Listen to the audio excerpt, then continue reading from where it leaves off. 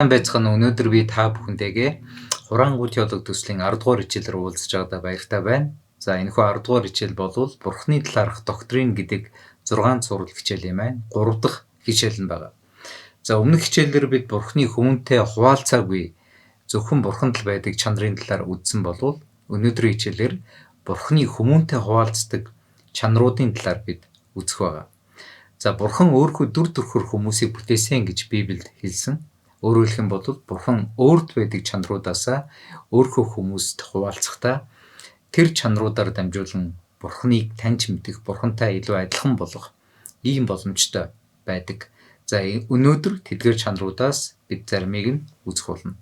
За миний дэлгэцийн хажууд Библийн ишлүүд гарна. Эдгээр Библийн ишлүүдийг та бүхэн уншиж энэхүү хичээлийг сонсох юм бол илүү ойлгомжтой болох болно.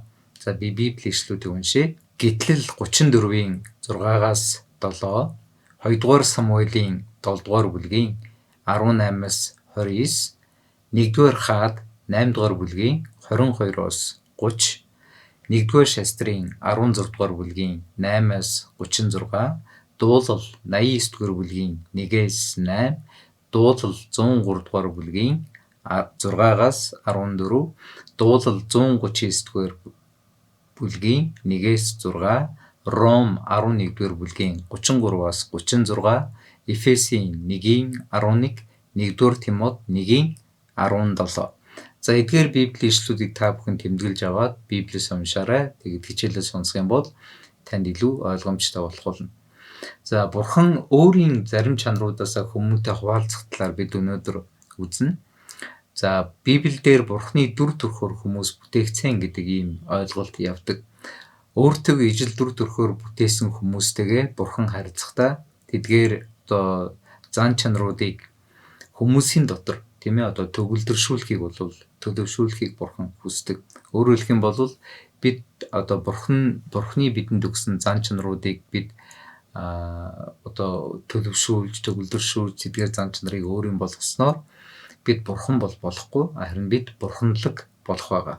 Өөрөөр хэлэх юм бол Бурханыг алдаршуулах тэр зан чанартай тийм хүмүүс болно гэсэн. За Бурхан хүмүүстэй ямар зан чанараа хуваалцсан талаар би цөөхөн хэдийг дурдъя.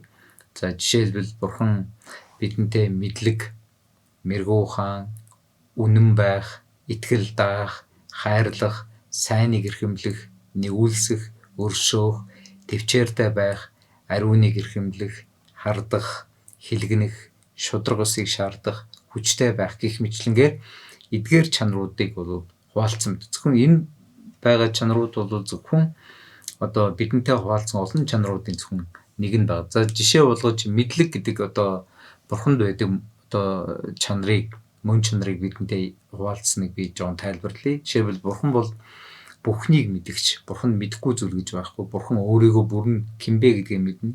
Бурхан өнгөрсөн үйл явдлыг өнөөдөр юм шиг мэднэ. Тодхон санана. Бурхан өнөөдрийн үйл явдлыг минут секунд дойлоор нь Бурхан бүгднийг нь мэднэ. Бурхан ирээдүйг ч гэсэн бүрэн мэддэг ийм Бурхан байна. Тэгэхээр Бурхан энэ мэдлэг гэдэг чанараа хүмүүстэй хуваалцснараа, бүхнийг мэддэг гэдэг чанараа хүмүүстэй хуваалцснараа хүмүүсийн дотор мэдэх, сурах хүсэл эрмэлзлийг бий болгосон. Өөрөөр хэлбэл амьтад хүн тэр амьтдыг сургахаас нааш амьтад сургуультай болохгүй. Амьтад бол Бурханаас өгөгдсөн тэр төрлөгцөн сонгороор амьдардаг. Тэгэхдээ тэнэг гэсэн үг биш. Амьтад бас ухаантай. Гэхдээ хүний дайтай оюун ухаан, шинжлэх ухаан, сансар огторгүй наана технологи гэх мэтлэнгээр хүн шиг нарийн зүйлийг судалж мэдхийн төлөө тэмүүлэхгүй гэсэн. Тэгэхээр ирээдүйн талаарх жишээлбэл мэдлэгийг хүмүүс бол хоёр янзаар мэдхийг хүсдэг Нэг нь шинжлэх ухааны аргаар ирээдүйд дэлхийн ертөнцид юу болох вэ? Байгаль цагаагаар юу болох вэ? Хүний амьдрал, хүнсний хомсдол, орчлон ертөнцийн энэ бүх гариг хэрэгс юу болох вэ гэдэг зүйлийг хүмүүс ингэж шинжлэх ухааны аргаар мэдхийг хүсдэг. Нөгөөх арга нь болохоор янз бүрийн шашны сүнслэг арга замаар зүүд, мэрэг төлөг янз бүрийн үзмэрч ч юм уу янз бүрийн ирээдүйг нь хэлж өгдөг тэр мэдлэгтэй хүмүүс рүү хүмүүс ханддаг. Гэтэл үнэндээ бид Иесус итгэгч бид одоо ирээдүг бидний ирээдүг хэн мэддэг вэ гэхээр бурхан мэддэг учраас бид ирээдүгээ бурханд даатгаж тийм ээ бид зүгээр сохроор бурханыг даах биш өөрсдөө зүгээс хүний оюухан тийм ээ одоо урьдчилан харж байгаа төсөөлж байгаа тэр төсөөллөөр төсөөлнө гэхдээ бурханд тэр ирээдүгээ даатгаж амьдарч байдаг. 1-р Иохны 3 дугаар бүлгийн 20 дугаар ишлэлийн сүүл хэсэгт бурхан бүхнийг мэддэг гэсэн хэсэг байгаа. За би хэд хэдэн ишлүүдийг уншиж өгье. Тэгээд эдгээр ишлүүдийг та бүхэн бичиж аваад унших юм бол бурхан бол бүхнийг мэддэг гэсэн энэ мэдлэгийг бурхан бидэнд бас өгсөн. Өөрөөр хэлбэл бурхан биднийг одоо тэнэг мунхаг одоо зүн сунгоор амьдрадаг амьтд чиг биш харин бүхнийг мэдэж судалж тийм ээ одоо баримттай одоо зүйлд итгэж явахыг бол хүсэж байдаг. За 1-р Коринт 2-р бүлгийн 10-аас 11, Дуулал 9-р бүлгийн 4, Еврей 4-р бүлгийн 13, Исая 42-р бүлгийн 8-аас 9, Исая 46-р бүлгийн 9-аас 10, Йов номын 28-ын 24, 1-р Самуэль 23-ын 11-ээс 13, Матай 11-ийн 21-ээс 23. За эдгээр ишлүүдийг унших юм бол бурхан бүхнийг мэддэг. Тэр бурхан бидэнд бас мэдлэгээ бидэнтэй хуваалцсан юм а. Мэдээж бид бүхнийг мэдж чадахгүй ч гэсэн бид одоо ямар ч үсэн өөрсдийнхөө ойлгож чадах хэмжээгээр мэрэгэн ухааныг одоо мэдлэгийг олж авдаг. За жишээлбэл бурхан бидэнтэй мэрэгэн ухаанаа хуваалцсан гэж би түрүүнд дурдсан. За бурханаас өөр хэн мэрэгэн юм бэ гэдэг асуулт гарч ирнэ. Тэгэхээр Ром 16-гийн 27 дугаар ишлэлээр цорын ганц мэрэгэн бурханд гэж бол хэлсэн байдаг. Тэгэхээр бурхан тэр өөрийнхөө мэрэгэн ухаанаар тийм ээ одоо үнэхээр оновчтой байдлаар тэр орчлон ертөнцийн тэр түүн доторх бүхий л ан амьтан загас жаргахаа жигүүртэн байгаль экологи бүх тэр систем од гаргсын систем энэ бүх зүйлийг бурхан мэрэгэн ухаанаараа болов бүгдийг шийтсэн. За нөгөө талаар бурхан биднийг аврахын тулд тийм ээ авралын төлөвлөгөөг гаргахдаа гүйцэтгэхдээ бас өөрийн чуулганаар дамжуулан бурхан мэрэгэн ухаанаа болов өгсөн байдаг. За Библийн хэд хэдэн ишлүүдийг би та бүхэндээ хэлье. Тэгээ та бүхэн үнийг тэмдэглэж аваад уншаарай. За Дуулал 104-ийн 24, Сургаал үг номын 8-ийн 12, Сургаал үг номын 8-ийн 22-оос 32, 1-р Коринт 1-р бүлгийн 18-аас 31, Эфесийн 3-р бүлгийн 7-оос 11, Ром 8-ийн 28. За бурхан бидний мэрэгэн ухаанаа болов хайрладаг тийм ээ. Тийм учраас Яаков 1-ийн одоо 5 дээр хэн нэгэн хүн одоо мэрэгэн ухаанаар дутах юм бол бүх хүнд өгөөмрөөр буруу шалгуугаар өгч бурхнаас гуйг тэгээд түүнд өгөгдөх болно гэж бол хэлсэн. Өөрөөр хэлбэл бурхны мэрэгэн ухааныг бид хүлээж авахд амьдралаа авч явах мэрэгэн ухаан, санхүүгээ авч явах мэрэгэн ухаан, эцэг байх мэрэгэн ухаан, ээж байх мэрэгэн ухаан, бизнесмен байх мэрэгэн ухаан, энэ амьдралыг эсвэл энэ одоо удирдах байгаа байгууллага эсвэл удирдах байгаа бүхий л одоо зүйлийг мэрэгэн ухаанаар залж чиглүүлэх энэ одоо ухааныг бурхан бидэнд өгд юм а. Өөрөөр хэлбэл мунхаг байх уу, мэрэгэн байх уу гэдэг одоо сонголтыг бурхан бидэнд өгсөн. Тэгээ бид хүн болгон мэдээж мэрэгэн байхыг хүсдэг учраас бурханаас одоо тэр мэрэгэн ухааныг бид хүлээж авдаг. Үе үеийн мэрэгдүүд бол үнэхээр энэ бурханы тэр мэрэгэн ухааныг бол эргэн хайж янз бүрийн философи, янз бүрийн одоо ном зохиол, янз бүрийн яруу найраг, янз бүрийн одоо зүйлийг бүтээсэн байдаг. Тэгээ тэр бүх зүйл дотор бол хүмүүний олж авсан тэр мэрэгэн ухааныг шингээж дараагийн үеийнхэндээ өвлүүлэх ийм одоо зүйлийг хийсэн байдаг. Түрүүн жигсаалтын дунд нэг хардах гэдэг одоо үг гарч ирэх та нарын зарим нь яг энийг ямар утгаараа ойлгох ёстой юм бэ гэдэг зүйлийг дотор чинь төрсэн байх. За би энэ хардах гэдэг одоо бурхны өөрийнх нь одоо мөн чанарыг Библийн ишлэлээр тайлбарлах гэж оролдъё.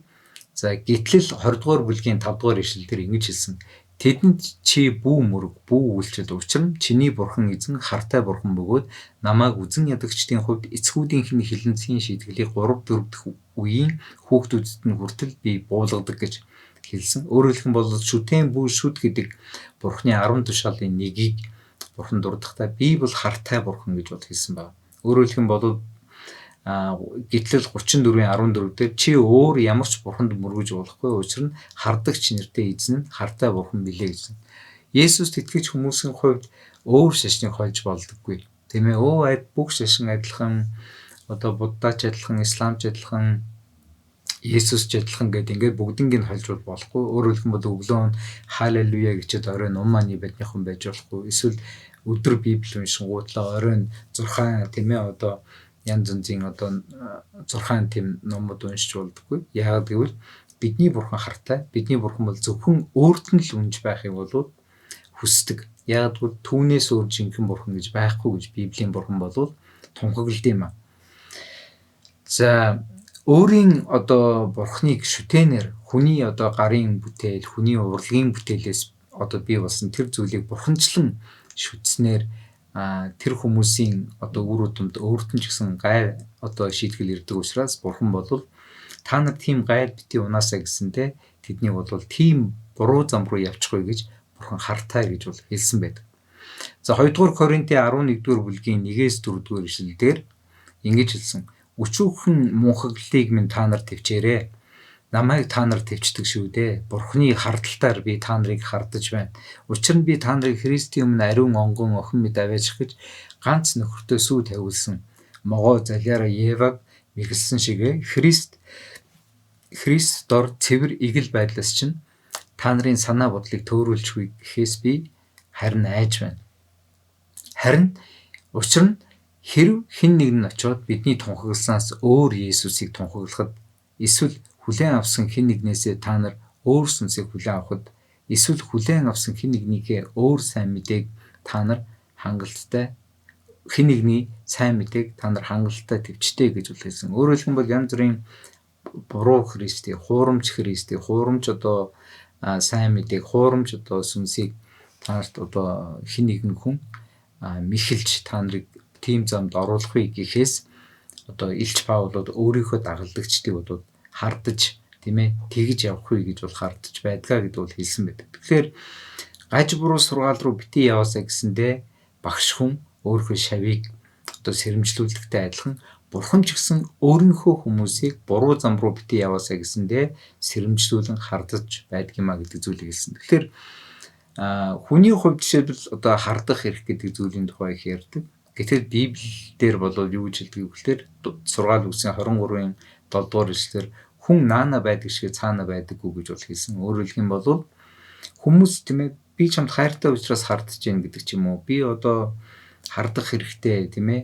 Тэгээ чамайг шалгуулна гэдэг ч юм уу. Иймэрхүү байдлаар хүмүүс өөрийгөө батлах гэж, өөрийнхөө иргэшэл байлгах гэж тухайн хүнийг бол ингэж бол ханддаг. Тэгтэл Библийн бурхан бол өөрийнхөө иргэшэл байлгах гэж биш.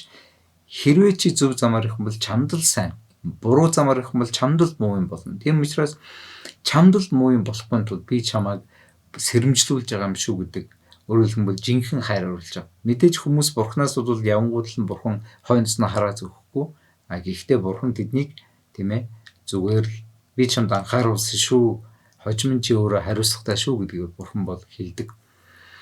За дүгнэлтээр хэлэхэд бол бурхан бидэнтэй хуваалцсан эдгээр чанаруудаар би төлөвшөх ёстой гэж хэлсэн. За эдгээр чанарууд гэдгийг би та бүхэн дахиад хэлье. Мэдлэг, мэрхүү ухаан, үнэн байх, итгэл даах, хайрлах, сайныг эрхэмлэх, нэгүүлсэх, өршөөх, төвчээртэй байх, ариуныг эрхэмлэх, хардах, хэлгэнэх, шударгасыг шаардах, хүчтэй байх. Бурхан энэ бүгдийг бидэнд байгаасаа гэж хүсдэг. Тийм учраас энэ чанаруудаар бидэнтэй хуваалцсан. Бид эдгээр чанаруудыг төвлөршүүлж, төлөвшүүлж, өөрийн болгож Бурхныг бол алдаршуулж амьдрах ёстой. Тэгээ Матай 5-ын 16 дугаар ишлэгийг уншийе. Хүмүүс та нарын сайн үйлсийг хараад Тэнгэр дэх эцгийг чинь алдаршуулахын тулд та нарын гэрэл тэдний өмнө тийхүү гэрэлтэй гэж. Тэгэхээр бид зөв сайн амьдрах юм бол, бурханлаг амьдрах юм бол хүмүүс биднийг хараад тийм ээ энэ ямар сайн хүн бэ гэж хэлэхээсээ илүү энэ хүн яагаад ийм сайн болж байгаа юм бэ? Яагаад та надад ийм сайн хандж байгаа юм бэ гэж асуух үед миний бурхан надад сайн хандсан учраас би өөрийн бурхныг дагахтаа танд бас сайн хандж байгаа юм гэдэг энэ зүйлийг гэрчлэх боломж байдгийн. Өөрөөр хэлэх юм бол бид бурханлаг амьдрснараа зөвхөн өөрсдөө алдарших биш, харин биднээр дамжуулан бурхныг бид алдаршуулахын төлөө бурхны бидэнд хаваалцсан чанаруудыг одоо төлөвшүүлж, төгөлдршүүлж амьдрах ёстой байдаг юм аа. Тийм учраас өөрийн бурхнаа таньж мэдээ, өөрийн бурхны замаар дагаж явъя. Тэгээ түүнийг алдаршуулж, түүний зан чанарыг өөрийн болгож төлөвшүүлж амьдрья. Эзэн та бүгдийг дараагийн жилээр уулзах хүртлээр түр баяртай.